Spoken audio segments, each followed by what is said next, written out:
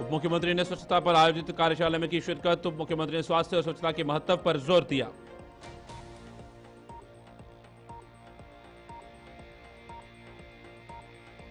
बस्तर जिला नक्सलवाद से मुक्त, केंद्र ने LWUE जिलों की सूची से हटाया। बस्तर को लेगेसी डिस्ट्रिक्ट के रूप में किया गया स्थापित।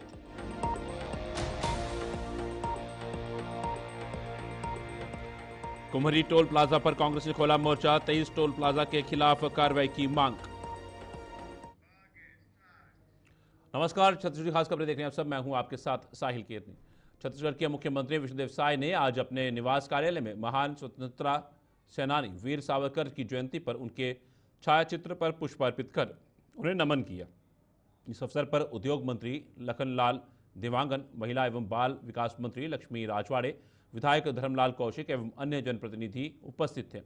मुख्यमंत्री विष्णुदेव साय ने कहा कि वीर सावरकर का संपूर्ण जीवन मातृभूमि की सेवा और राष्ट्र के नवनिर्माण के लिए समर्पित था। उन्होंने कहा कि वीर सावरकर न केवल आज़ादी की लड़ाई के अग्रणी योद्धा थे, बल्कि वे एक समाज सुधारक, इतिहासकार, लेखक और दूरदर्शी राजनेता भी थे। मुख्यमंत्री ने कहा कि सेल्यूलर जेल में बिताए गए सावरकर जी के कठोरतम वर्ष उनके अदम्य साहस, राष्ट्रभक्ति और मानसिक दृढ़ता के प्रमाण हैं। 31 मार्च 2026 का जो लक्ष्य है माननीय प्रधानमंत्री जी का और माननीय केंद्रीय गृह मंत्री जी का, तो पूरे देश से समूल रूप से नक्सलवाद खत्म करने का है। और अभी ज़्यादा मात्रा में हमारे छत्तीसगढ़ में ही नक्सलवाद है, लेकिन जिस मुस्तैदी के साथ हमारे सुरक्षा बल के जवान नक्सलवाद के साथ लड़ रहे हैं, लगातार ऑपरेशंस में जो सफलता मिल रही है, उससे हमको लगता है कि संकल्प के पर मतलब जो है उसके तिथि के पहले ही संकल्प पूरा होगा।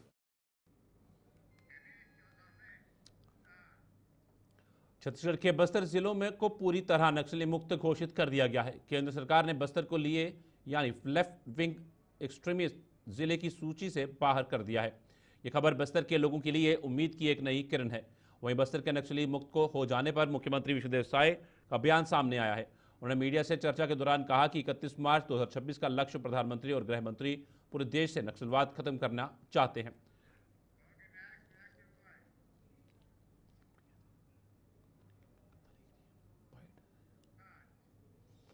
उप मुख्यमंत्री अरुण साव ने हाल ही में मासिक धर्म और स्वच्छता दिवस की जागरूकता बढ़ाने के उद्देश्य से आयोजित कार्यशाला में भाग लिया।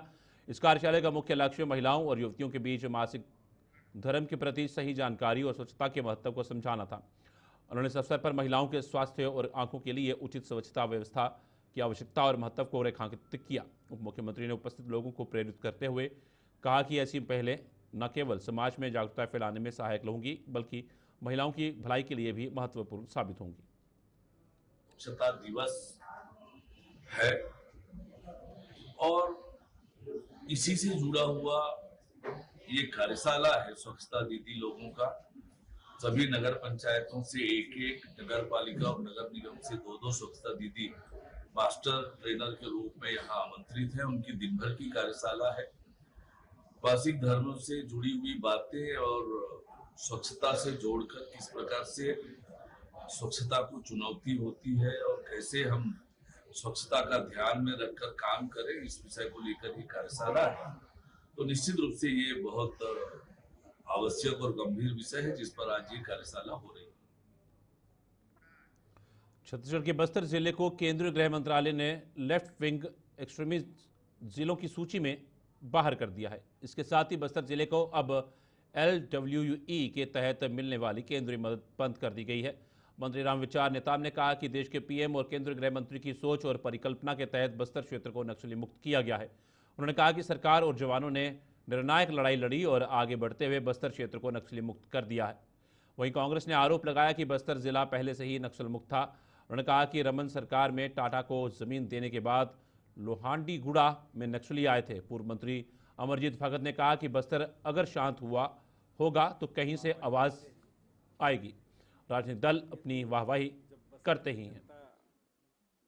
जगदलपुर और आसपास की जो बकावंड है, लोहांडीगुड़ा है, वहाँ नक्सली पहले भी नहीं थे जब नक्सल प्रभावित था।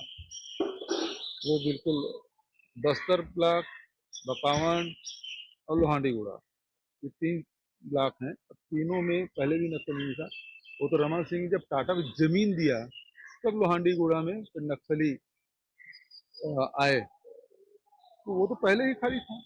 गीता तो रोज पढ़ाना चाहिए, सबको पढ़ाना चाहिए, उसमें क्या है। लेकिन अब इंजीनियरिंग कॉलेज में इंजीनियरिंग पढ़ाया जाना चाहिए। इस वास्तव में हम लोग को ऐसा लगता है कि ये कुतूहल लगता है, आश्चर्य लगता है, लेकिन हमारे देश के यशस्वी प्रधानमंत्री जी और देश के यशस्वी गृह मंत्री जी, उनकी सोच, उनकी परिकल्पना और उन्होंने जिस प्रकार से हौसले के साथ जो निर्णय लिया और निर्णायक लड़ाई लड़ने के लिए पूरे छत्तीसगढ़ सरकार को जिम्मेदारी दे करके वहाँ जितने भी आम जितने भी फोर्सेस हैं उन सब पर भरोसा जताते हुए उन्होंने जो टास्क दिया कि हम 2026 मार्च तक पूरी तरह से देश भर से हम नक्सलवाद का खात्मा करें। छत्तीसगढ़ के उप मुख्यमंत्री अरुण साव ने अखिल भारतीय विद्यार्थी परिषद की राष्ट्रीय कार्यकारी परिषद बैठक के अंतर्गत प्रदर्शनी विभाग द्वारा तैयार किए गए सांस्कृतिक प्रदर्शनी मंडप का उद्घाटन किया। यह प्रदर्शनी मंडप छत्तीसगढ़ की ग्रामीण और जनजातीय जीवन शैली को प्रतिबिंबित करता है। प्रदर्शनी मंडप में हस्त निर्मित कलाकृतियां, ढोकरा कला की मूर्तियां, स्थानीय वाद्य यंत्र, मां सरस्वती की प्रतिमा और एक भव्य चित्रस्थली शामिल है। यह प्रदर्शनी 9 विषयों पर आधारित है, जिनमें भगवान राम के ननिहाल से लेकर पंडवानी, रामनामी परंपरा और छत्तीसगढ़ की लोक परंपरा का इतिहास सम्मिलित है। प्रदर्शनी के अन्य खंडों में विद्यार्थी परिषद की प्रमुख गतिविधियों को दर्शाया गया है, जैसे कि राष्ट्रीय पर्यावरण युवा संसद, जनजातीय छात्र संसद, पूर्वोत्तर युवा छात्र संसद और छात्र संसद, साथ ही राष्ट्रीय स्वयंसेवक संघ के 100 वर्षों की यात्रा, पंच परिवर्तन एवं प्रोफेसर यशवंत राय कला जीवन दर्शन को भी विशेष स्थान मिला है। फिर मैं विद्यार्थी परिषद के अपने सभी अग्रजों को, राष्ट्रीय अध्यक्ष जी, राष्ट्रीय महामंत्री जी और सभी राष्ट्रीय पदाधिकारी और अलग अलग प्रांतों से आए हुए सभी राष्ट्रभक्त कार्यकर्ताओं का मैं छत्तीसगढ़ की पावन धरा में, भगवान राम के ननिहाल में, कौशल्या माता की इस धरती में हार्दिक अभिनंदन करता हूँ, हार्दिक स्वागत करता हूँ। और हमारे साथियों ने कोशिश की है अच्छे से अच्छा व्यवस्था आपके लिए खड़ी करने का, और आज शुरुआत जो हुई है इंद्रदेव की कृपा बरसी है और इसलिए शुभ मुहूर्त में आज शुरुआत हुई है। तो ये इतिहास बनने वाला है राष्ट्रीय कार्य समिति का ये रायपुर की बैठक। मेरी बहुत बधाई।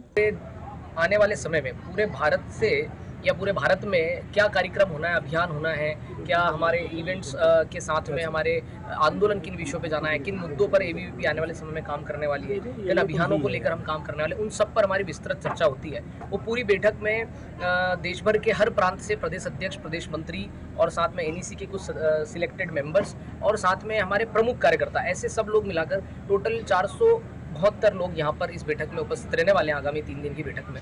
और ऐसे इसके साथ साथ एनईसी बैठक जो है, राष्ट्रीय कार्यकारी परिषद की बैठक में विद्यार्थी परिषद हर वर्ष प्रस्ताव पारित करता है। वर्तमान स्थिति में जो युवाओं में, देश भर के युवाओं में, समाज में क्या मुद्दे चल रहे हैं, क्या विषय चल रहे हैं, ऐसे उन सब पर हमारी प्रस्ताव समिति विचार विमर्श करके ऐसे प्रस्ताव लेकर आती है। तो इस बार हम 5 प्रस्ताव लेकर आ रहे हैं। एक प्रस्ताव हमारा जो आज CWC में रखा गया है और उसमें पारित होने वाला है, जो है ऑपरेशन सिंदूर का अभिनंदन प्रस्ताव है, क्योंकि उसको देखकर आप सब, पूरा देश जानता है, आप सब भी जानती हैं कि पूरे भारत ने किस प्रकार से पहलगाम का जवाब दिया ऑपरेशन सिंदूर के माध्यम से। वो एक अभिनंदनीय कार्य है, तो उसका एक अभिनंदन प्रस्ताव लेकर आ रहे हैं। और दूसरा, राष्ट्रीय कार्यकारी परिषद में हमारे जो 4 प्रस्ताव आने वाले हैं, वो एक है कोचिंग इंस्टीट्यूट्स पर नियंत्रण के लिए, और एक है वाइस चांसलर जो है पूरे भारत के central universities, state universities, national institutes के डायरेक्टर्स और बाकी यूनिवर्सिटीज़ के वाइस चांसलर, इनकी नियुक्तियों को लेकर एक हमारा प्रस्ताव आ रहा है। एक हमारा आंतरिक सुरक्षा को लेकर प्रस्ताव आ रहा है, जिसमें इंटरनल सिक्योरिटी जो समाज में घटनाएं कराई जा रही है। रायपुर में सुशासन तिहार 2025 के अंतर्गत समाधान शिविर का आयोजन किया गया। इस शिविर में आम जनता से प्राप्त आवेदनों का त्वरित समाधान किया गया। शिविर में 1508 आवेदनों का समाधान किया गया, जिसमें से 1207 आवेदन नगर निगम से संबंधित और 391 आवेदन विभिन्न शासकीय विभागों से संबंधित थे। इनमें से 245 आवेदन प्रधानमंत्री आवास योजना से संबंधित है, जबकि 54 आवेदन सामाजिक सुरक्षा पेंशन योजनाओं से संबंधित थे। नगर निगम ने 177 नए नल कनेक्शन लगाने के आवेदन प्राप्त किए, जिसमें से 2 आवेदकों के घर तत्काल नल कनेक्शन लगाए गए। इसके अलावा 15 नई लाइटें लगाई गई और 4 स्थानों पर हाई मास्ट लाइट लगाने के लिए प्रस्ताव भेजा गया। शिविर में रायपुर ग्रामीण विधायक मोतीलाल साहू, धरसींवा विधायक पद्मश्री अनुज शर्मा, महापौर मीनल चौबे, सभापति सूर्यकांत राठौड़, रायपुर जिला कलेक्टर डॉक्टर गौरव कुमार सिंह और नगर निगम आयुक्त विश्वदीप उपस्थित थे।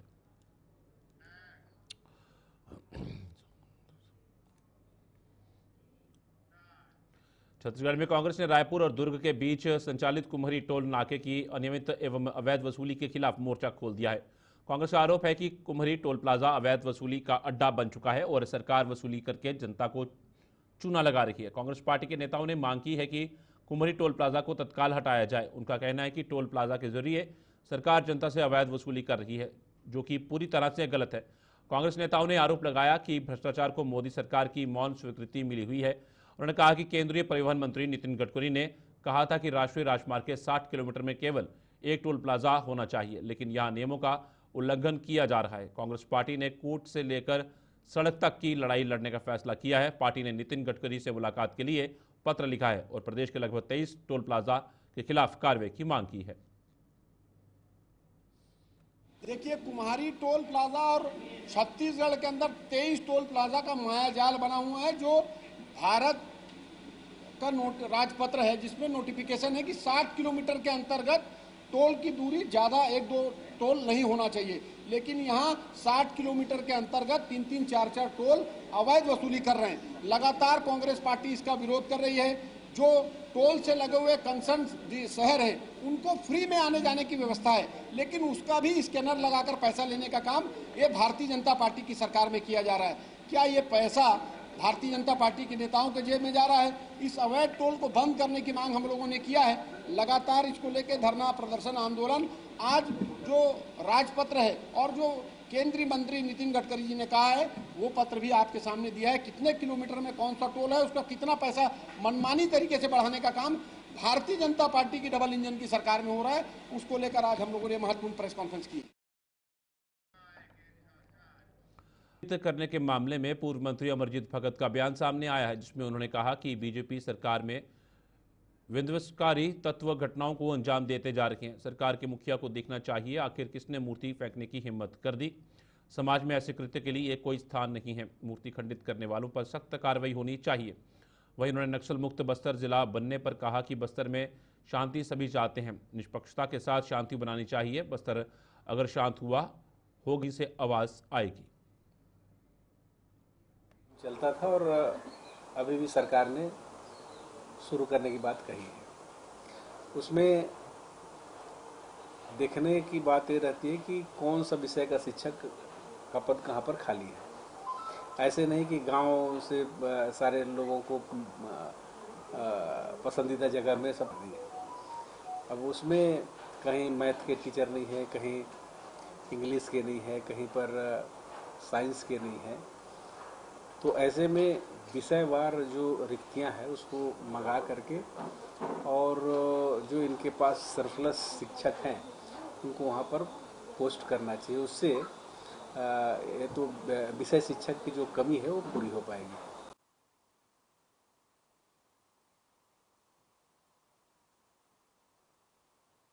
घरों की दीवारों और बालकनी में गमले सजाने का शौक तेजी से बढ़ रहा है, लेकिन ये शौक लापरवाही बरतने वालों पर भारी पड़ सकता है। शहर के कई हिस्सों में लोग बिना किसी सुरक्षा घेरे के गमले रख रहे हैं, जो कभी भी हादसे का कारण बन सकते हैं। शहर के शंकर नगर, पंडरी, मोवा और लाखे नगर जैसे इलाकों में लोग छत के ऊपर खुलेआम फूलों के गमले सजा रहे हैं। ये मामला गमले कभी भी बच्चों के खेलने के दौरान यहाँ धक्का लगने से गिर सकते हैं, यहाँ अधड़ के झोंके से गिर सकते हैं, जिससे जान माल का नुकसान हो सकता है। हाल ही में महाराष्ट्र के पुणे से एक ऐसी घटना सामने आई थी, जहां एक बहुमंजिला बिल्डिंग के ऊपर से गमला एक मासूम के ऊपर गिर जाने से उसकी जान चली गई थी। इस घटना से हमें सबक लेना चाहिए और अपने घरों में गमलों की सुरक्षा के लिए आवश्यक कदम उठाने चाहिए। रायपुर नगर निगम की महापौर मिलन चौबे ने शहर की बड़ी कॉलोनियों और सोसाइटी के लोगों से अपील की है कि वे ऐसा करके खतरे को न्योता ना दें। उन्होंने नगर निगम उद्यान विभाग को एक एडवाइजरी जारी करने के लिए भी निर्देश देने की बात कही है। पिछले दिनों मेरे ख्याल से पुणे में इस प्रकार की एक दुर्घटना हुई थी, तो हमारा भी प्रयास रहेगा और उद्यान विभाग से हमने एक एडवाइजरी भी हम निर्देशित करना चाह रहे हैं कि ऐसे इस प्रकार के रिस्की गमले ना रखें बाहर बालकनी में अपने, कि किसी के जान माल का नुकसान हो, क्योंकि होने के बाद अगर हम चेतते हैं तो उसका कोई मतलब नहीं है। इसलिए हमने उद्यान विभाग से भी ये कहा है कि वे एक एडवाइजरी जारी कर दें और लोग हैं इस मामले में सतर्क रहें। और भारी हैवी गमले रहते हैं, कभी भी वो खेलते खेलते या किसी भी टकराने पे वो गिर जाता है तो इससे जान माल का नुकसान हो जाता है, वो नहीं होनी चाहिए।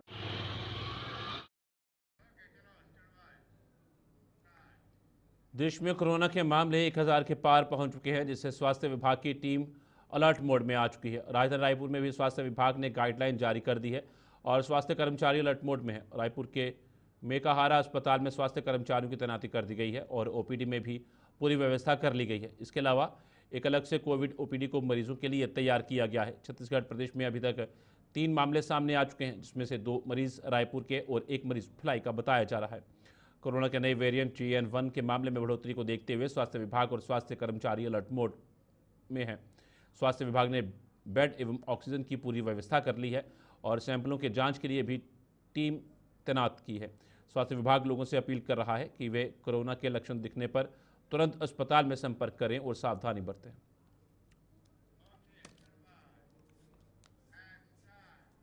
छत्तीसगढ़ी खास खबरें में फिलहाल इतना ही। दीजिए इजाजत, नमस्कार।